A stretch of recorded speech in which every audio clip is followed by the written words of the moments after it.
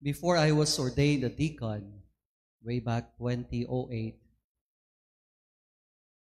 a priest, an SBD priest, once said to me, parang nakakatakot na warning niya eh.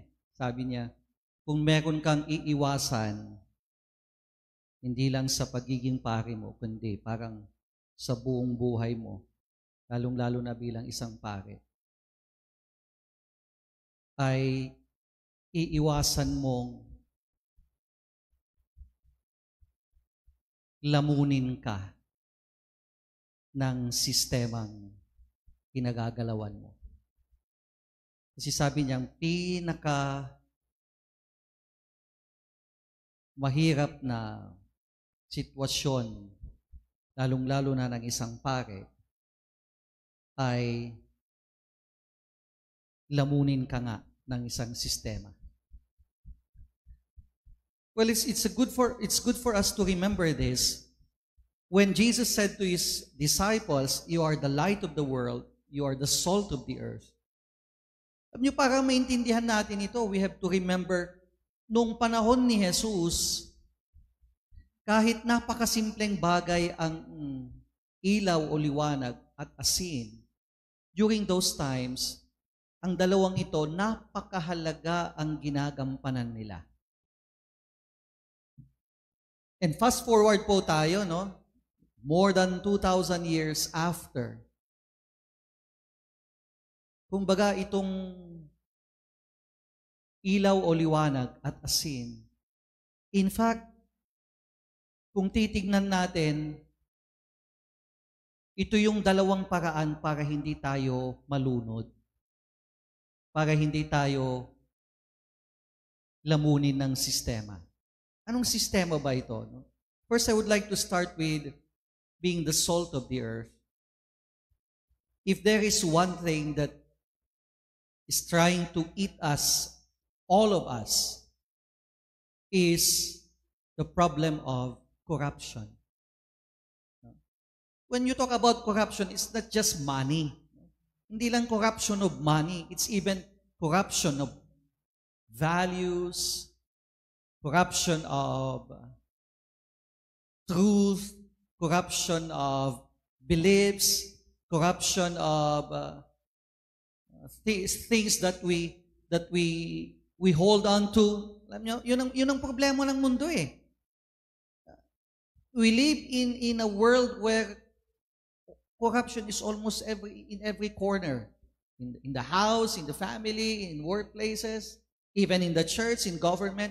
Parang, alam mo yan, parang gumagapang lagi yung corruption na yan. At pag hindi po tayo magdahan-dahan, ay baka po tayo kainin ng corruption. At alam nyo, ang napakagaling ni Jesus, no? Because He used first the salt of the earth. The salt, alam naman po natin, noong unang panahon, ang salt is what preserves. Ngayon, there are so many ways to preserve already. Mga pagkain natin, no? Di ba? Wala pa na mga refrigerator noon, wala pang mga freezer, wala pang mga preservatives.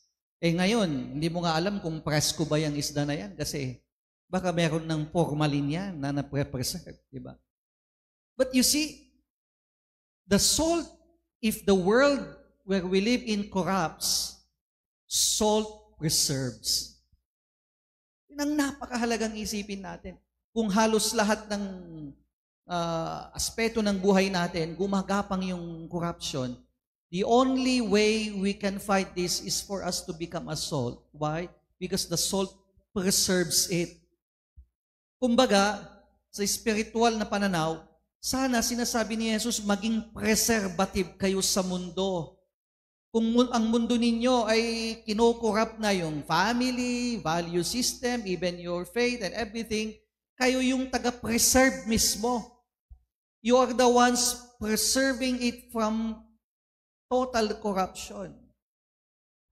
And you see, napakahirap gawin yan, no? To be a preservative in a world where everything is corrupted is probably one of the most difficult thing to do. In the family, kung hindi po kayo mapagmatsyag, ay yung mga value system natin, unti-unti nang nakukorap. Kahit sa mga community natin, unti-unting, alam mo yon, parang hindi ko kasi maiisip kung anong ginagawa ng corruption. Unti-unti niyang kinakain, parang, alam nyo yun, parang anay, kumbaga. Unti-unti niyang kinakain until such time na masira ito. And so that is the first. Sinasabi ni Jesus, kayo dito sa mundo, hindi para malabanan ninyo yung kakainin kayo ng anay ng corruption. You should be the salt that preserves, especially things that we value so much. Preservative. So kung sinabi ni Jesus, you are the salt of the earth, parang you are the preservatives of the world or in the world. Second, itong light. Nung unang panahon, wala pang INEC o sa Manila, walang Meralco, no? Iba yung ilawan nila noon. Pero ngayon, you see, it's one thing that isa sa mga convenience natin sa buhay ngayon ay meron na tayong mga ilaw. Pero you see, the culture of corruption in the salt na sinasabi ni Jesus, pag may corruption, ay hindi lang po kinakain ng corruption ng lahat, kundi if there is corruption, ultimately, it will lead us to darkness and hopelessness. You look at the world of today, hindi lang kadiliman ang problema ng mundo natin, pero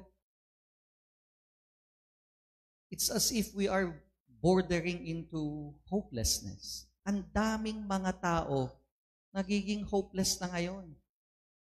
In fact, yung hopelessness natin parang nagiging resigned na tayo sa mga pangyayari. Wala na tayong magagawa dyan, Father.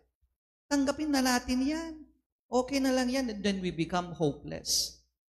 Pero ngayong, it's good na ngayong Jubilee year, no? It's the Jubilee year of hope. Yung sinasabi ni Jesus na you are the light of the world, parang kayo yung glimmer of hope in the world. Kung yung pamilya, ginagalawan ninyo, trabaho, sa simbahan, sa gobyerno, parang ang daming nawawalan ng pag-asa. Bilang ilaw, liwanag sa mundo, you become the glimmer, sparks of hope in the world. At yun ang pinakakailangan natin. Kung hindi po kayo, if you live sa talagang nakikisalamuha sa tao, marami kayong naririnig, daming nagsasabi, parang nawawala na ako ng pag-asa. Parang wala namang nangyayari. Parang ganito na lang lagi. Yun yung mga sinasabi ng mga taong malapit nang mawalan ng pag-asa. Pero sinasabi ni Jesus, pag ganun ang nangyari, kayo sana yung maging spark, kayong maging glimmer of hope sa mga kapatid ninyo. And so, my dear brothers and sisters, napakaganda itong dalawang bagay na ipinapaalala ni Jesus sa atin. They are very simple things, simple images na ginagamit niya. Pero sa mundo nga natin ngayon, lalong-lalo na ngayon, where corruption is creeping into almost all corners of our society and in the world, and where hopelessness, ito na yung parang patutunguhan ng napakaraming tao. Sinasabi ni Jesus, you should be the salt of the earth, the salt that preserves things that are being corrupted. And second is, you should be the light of the world. You should serve as spark or glimmer of hope, your brothers and sisters who are losing hope and faith in the things that happen to them every day. We all stand.